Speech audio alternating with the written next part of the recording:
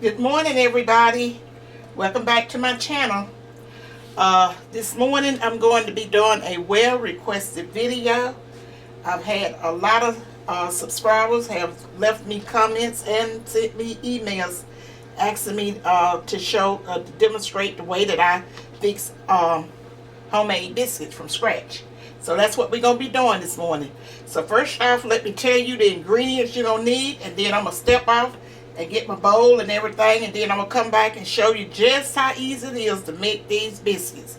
Okay, first of all, you're going to need 2 cups of self-rising flour. Not all-purpose, self-rising flour. It's very important that you get the self-rising flour. Most of the time I've had you doing stuff, I was mostly saying a plain flour, unless it was coating for some chicken. Okay, right here I got 2 tablespoons of just regular white granulated sugar, and this is optional. And then I got a 1/4 of a cup of shortening. Knowing me is a little bit more than that, 1/4 of a cup of shortening.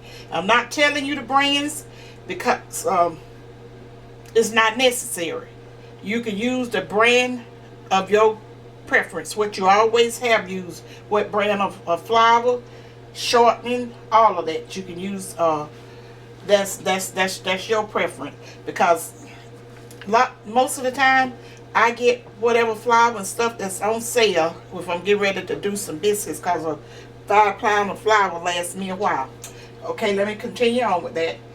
With this. Okay, this is 1 cup of buttermilk. Now this makes a difference.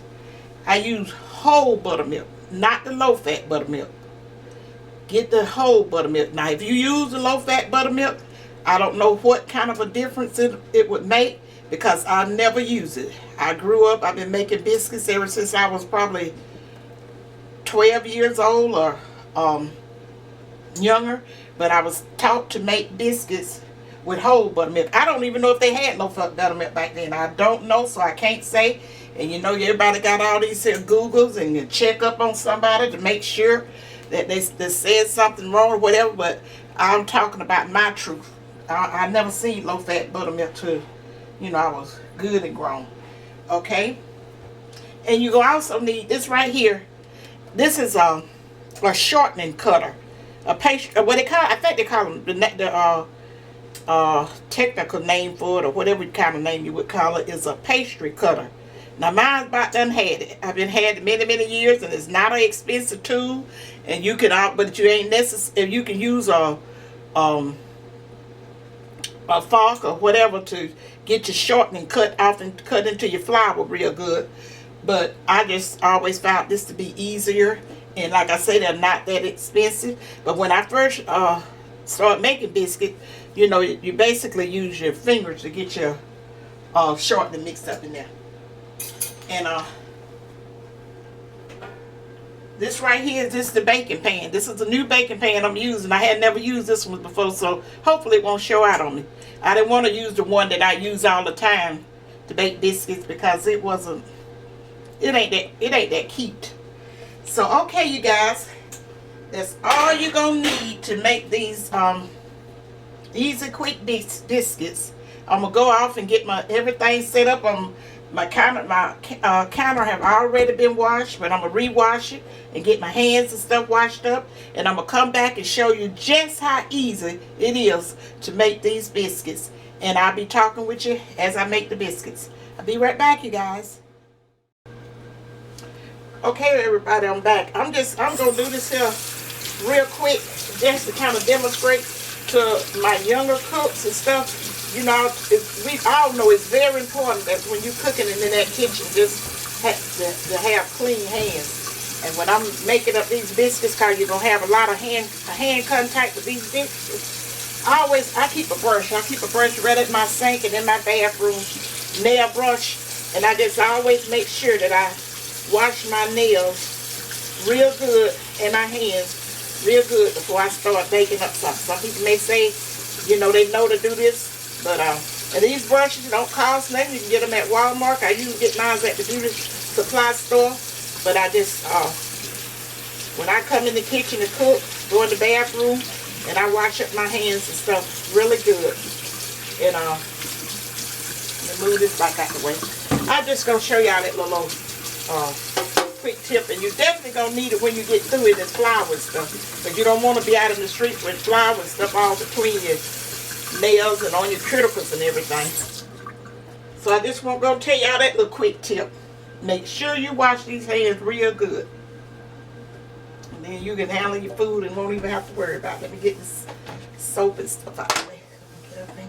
And like I told you, I always clean my cabinets and stuff with counters. I said it right. Y'all know I get twisted, you guys. Okay, let's get started.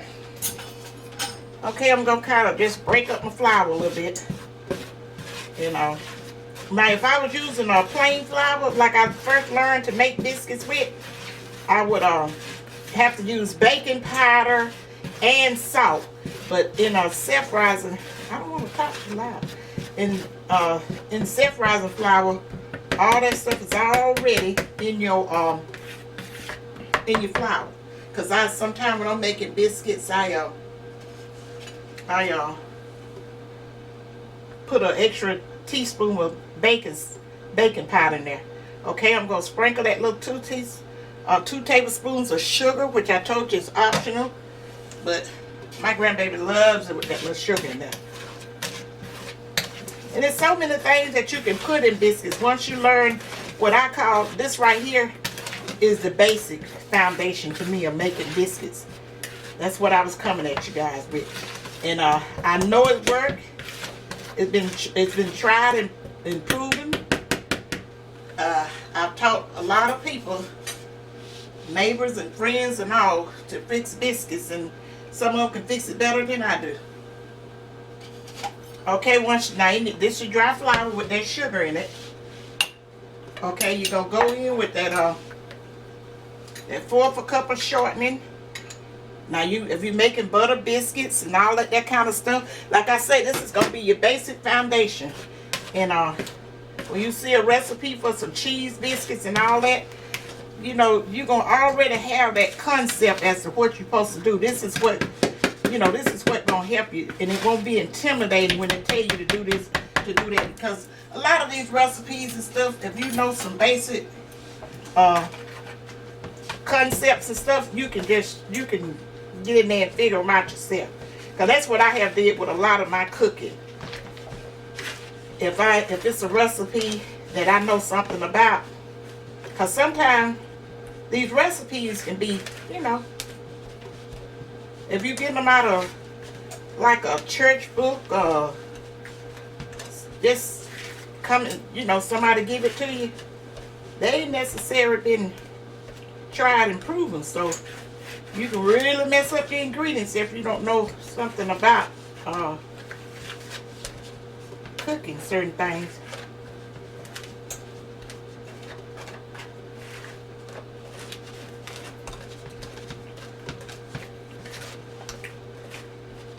I'm gonna show you the easy way. Long time ago, I mean, when I first learned, they just made like a well in this flour, and they start, you know, put their little shortening in there and work that in. Excuse me a minute.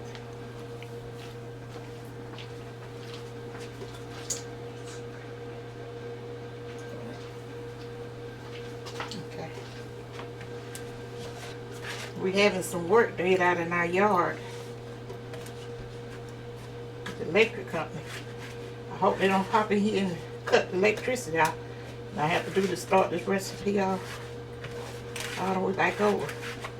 They say they would let us know, but I don't want to be in the middle of something when they do let us know. I'm gonna try to just get that kind of crumbly. If you had some butter, you know, it's cut into the flour, and it's not that much. Not like when I'm fixing biscuits, I fix enough to maybe fix just to turn out to be close to a dozen of biscuits. But if I'm fixing them just like some for just me and my husband at breakfast time, I probably won't use but like a cup of flour and half a cup of buttermilk and just a few maybe about a third a cup of, did I already say buttermilk? I already say buttermilk. Anyway, I was trying to see, could I get you to see how the shortening is blended in there, because I always make sure my shortening is blended in real well. I want it to be kind of little, like little beady stuff. You can tell it's shortening in there, so it'll go all over the biscuits, right? Hold it over here so we see. Oh, what over? Huh? The bowl. No, you can't see it. You know, I told you you ain't gonna really be able to tell. I didn't have enough shortening in there to, if I were doing a little 1 cup, you could better see. Okay, I'm gonna go in. I just kind of made a little well in the center of it to just put my put some of the buttermilk and stuff in there. Now, you know, if I was in here doing it myself, I would just put the buttermilk in there and do it, but I'm just gonna kind of do it like this to show y'all. And I'm kind of working the rest of that flour into the buttermilk, cause this mixture, once you get it all mixed up, this dough is going, and if I have to use some more buttermilk, I get it. I'm just estimating.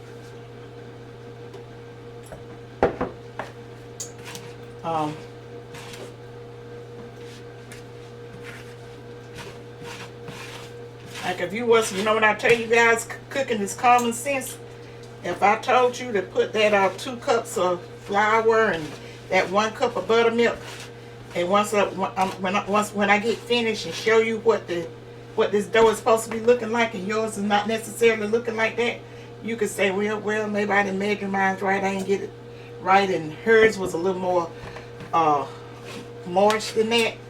Just add a little bit more buttermilk to it. Like I say, your flour might have been off, or the type of flour you had. You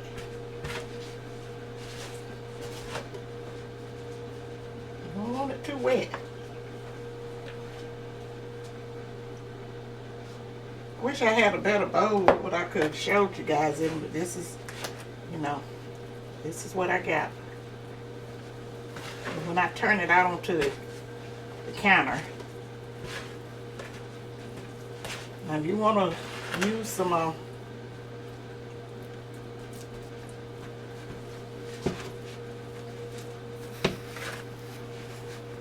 wax paper or parchment paper, go right ahead, but I just do mine right onto the counter, on the counter. But really and truly, I always get my dough. I put flour on and get my dough ready before I pour it on the counter, but I was thinking which way was the best way to show you guys, so you won't have to be worried about that. I'll probably get some flour so I can get it up out of here.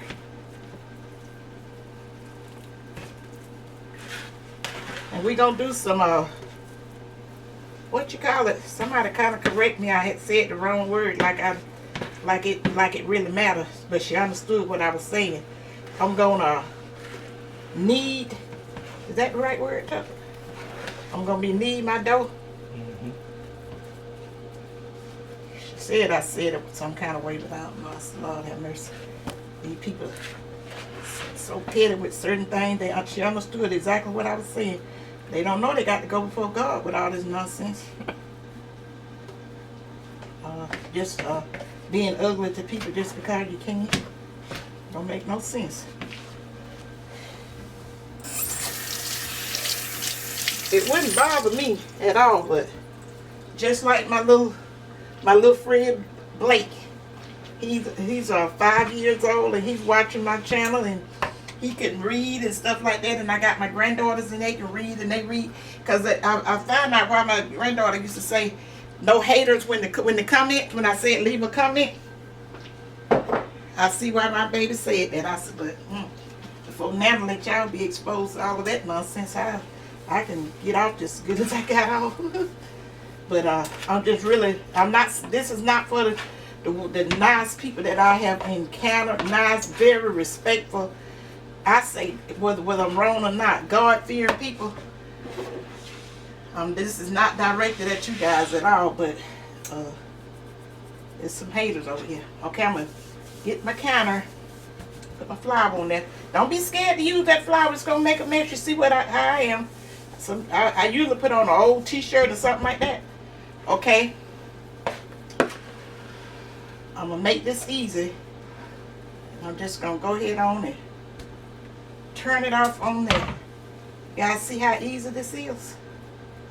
This is no big deal. You're gonna have you some. Then I'm gonna take some of this flour and sprinkle it all over there. Don't worry about it gonna be dough or whatever, because it's gonna absorb back into this mixture or whatever. And then I'm gonna put some on my hands, and I'm probably using a lot more flour than I should, to let you know that all that dusting that people be when they demonstrating to tell you that you may need a little bit more flour than that. You're gonna get yourself in a mess. Now I'm gonna roll this around, cause these biscuits gone. Now you don't want to get this. You don't want to put too much in there. I mean, too much on it there where you get your dough too tight. Cause I'm fixing to knead this dough, and it's just gonna be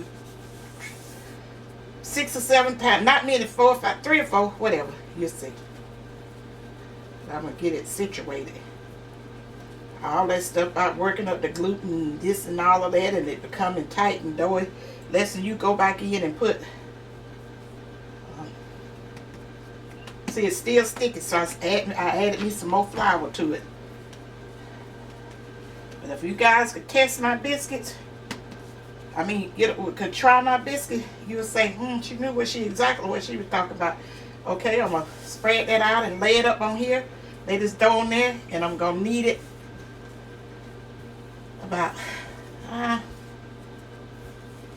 many times? You count up?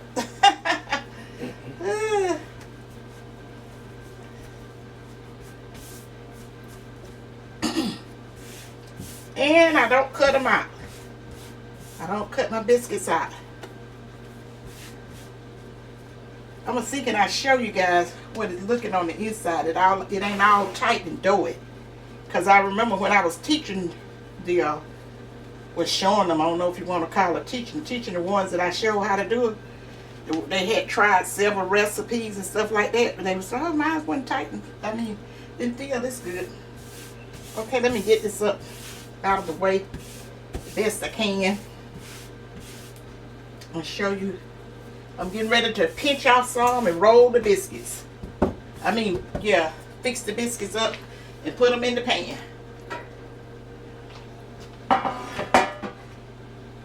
Maybe I should have got all this up, but I didn't want to. But anyway, you on the Gary? What size you think that is? Maybe a little bigger than a golf ball. This is all determined how big you want your biscuits. Now, if you want some of them that big old, big, what they used to call them, cat head biscuits. And see, I'm rolling them up and make sure I keep the pretty side on the front side. Just rolling them out. And that dough is soft on the inside, but it ain't too sticky and tacky. Then I'm just gonna put them up here in this pan. I'm gonna show you how it look once I get them rolled off up into that. Just rolling them around in your hand and just rolling and kind of tucking it in so you'll have a pretty side. You see some lines up in there, kind of flatten it back out and roll it back up again. Believe me, you guys, it's not gonna hurt it. This is not brain surgery. And if it do have a line on there, when I get finished with these biscuits in this pan, the way I'm gonna show you a step that my oldest cooks always used to do with these biscuits. I got down to a little tacky, a little sticky part. So I just got a little bit more flour. Don't worry about that flour on the top of it, because like I say, when I get through with these final steps, that's gonna be taken care of. And don't even be worried about if you fixing these biscuits for your family. They being so uniform and all that, don't even worry about it. If you get in this kitchen and doing this for your family, they gonna know it's love in that. Cause back in the days, older people didn't like canned biscuits. And I'm not a fan of canned biscuits to this day. I eat them now because I always try not to be so picky about stuff. I really don't. But if it came down to eating them, All right. Still pulling off maybe about a little bigger than a golf ball and not as big as a little baseball piece of dough, and rolling them in my hands like that. Now if I was just doing this here and wasn't demonstrating it, these things would be perfect, because I wouldn't be thinking about them. I'd be done roll these biscuits out and did them, and that would be the bottom line to it. But see what I'm doing when I'm pushing that stuff up under there? That's for the making that sound. The ones that gonna be showing, I'm gonna show you guys. Be the cute ones. See, I thought I was gonna make about a dozen. Maybe not. That's all right. Should have added a little bit more. Now let me tell you something else you're gonna do. I'm gonna bake these biscuits on 475 for about 10 minutes or to the dawn, or whatever brownies I get. Now my husband like extra brown biscuits, so what I do once I do that 10 minutes and they the biscuits don't rise and I know they done, I cut my broil on for maybe a couple of minutes to get it to the desired brownness. But they'll be done in that 10 minutes. But when you, like I say, when we traveling, and if we in states that have Hardee's, when my husband go there, when we go to it, he always asks for extra brown biscuit. He don't like the goodie inside the biscuits, and he like them brown. Okay, I'm gonna show y'all this in step that I told you I was gonna show you. I'm gonna come over that way, Tuck. You don't have to worry about it. It's sort of like fooling with Play-Doh. I'm gonna rinse my hands off a little bit so I can do what I'm gonna show you what I'm gonna do. We're gonna put butter on the top of these biscuits, but I always wait till after my biscuits baked and brown before I put my butter on it. But if you want them on there beforehand, you can. But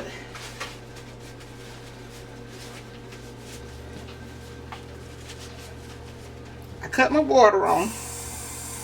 Come over to the sink. I have my biscuits. You see what my biscuits looking like? And I just wet my hand. And I take my wet hand and I just kind of mold. That's kind of getting that flour on up into there. Getting that dry flour off the top of it. Put it back. Can't see it. Just kind of molding and kind of shaping them, and just like some Play-Doh. I'll show them when I get it all fixed. I'm just got my hands wet, and I'm getting them, shaping them biscuits out into this here pan. And making sure all that dry flour that I use to roll them out is kind of wet on there, and it'll just blend right on into the biscuits, because they're not baked yet. It'll become part of the biscuits. Now that's what I say. Like I say, some of you scientists and stuff, y'all can restrain from, those type of comments.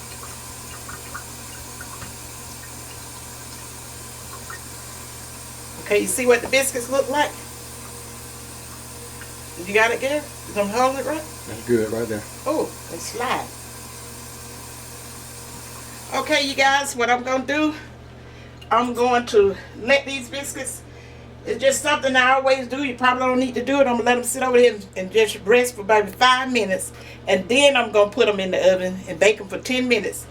And once they bake, I'll probably come back with them dished up the way my husband gonna take the thumbnail, and I'll open up one and let you see what it look like on the inside. Okay, you guys, I'll be right back.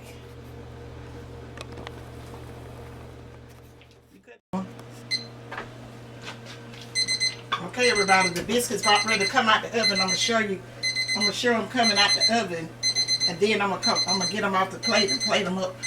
Can you see there? Ooh, hot, hot. You got a good shot. biscuits just came out the oven. Now I'm going to plate them up, and then I'm going to serve you guys a couple of these biscuits and let you see what it... Well, I'm going to serve you a biscuit and let you see what it look like on the inside. I'll be right back. Okay, everybody. This is the finished product of the easy homemade biscuits from scratch.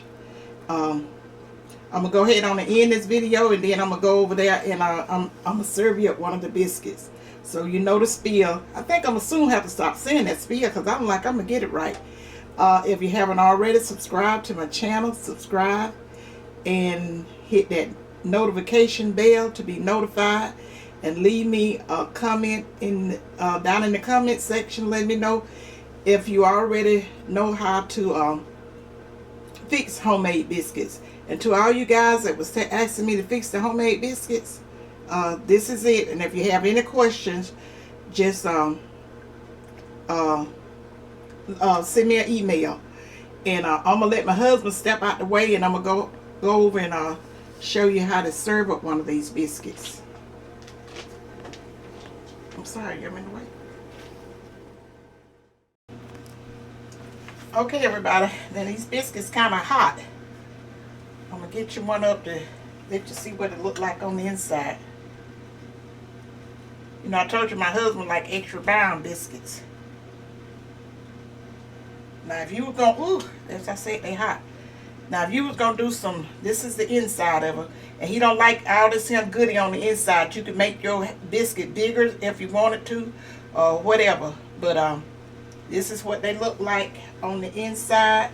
You could put you some hot butter in there, have you some gravy, jelly. But let me tell you guys what I'm trying this out. I've been waiting to fix me some biscuits. I tell you, God is blessing me all the way around. I got a one of my subscribers, Miss Joanne, and she said it was okay for me to use her name when I use it. We are developing a friendship. I just like with my little friend Blake, the Jesus in me love the Jesus in you, Miss Joanne. And I wanted you to know that this pepper jelly is absolutely delicious. Me and my husband been eating it with collards, and my husband loved peas. And when I do my peas and all that, and I told him, I said, Tuck, don't eat it all. Let's save Daddy. We got to share. I said, she was nice enough to bless us with this. Now, his daddy loves stuff like that. The ones of y'all that know about pepper jelly and all that, you can eat it with your meats along with your meal, like a relish or something. And so I wanted to... some good stuff there. Yeah, I wanted to save some for my father-in-law because he loves stuff like this. And I don't really fix it anymore. But Miss Joanne, and it's delicious, and I want to thank you again for it. I had said if it's not too much, I may have to ask you for that recipe so I can fix some of this. This is different, and I like this.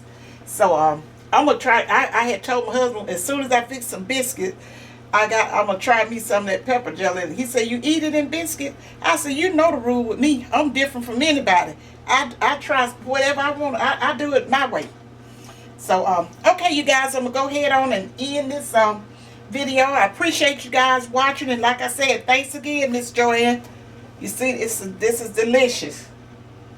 And I'll see you guys in my next video. Bye.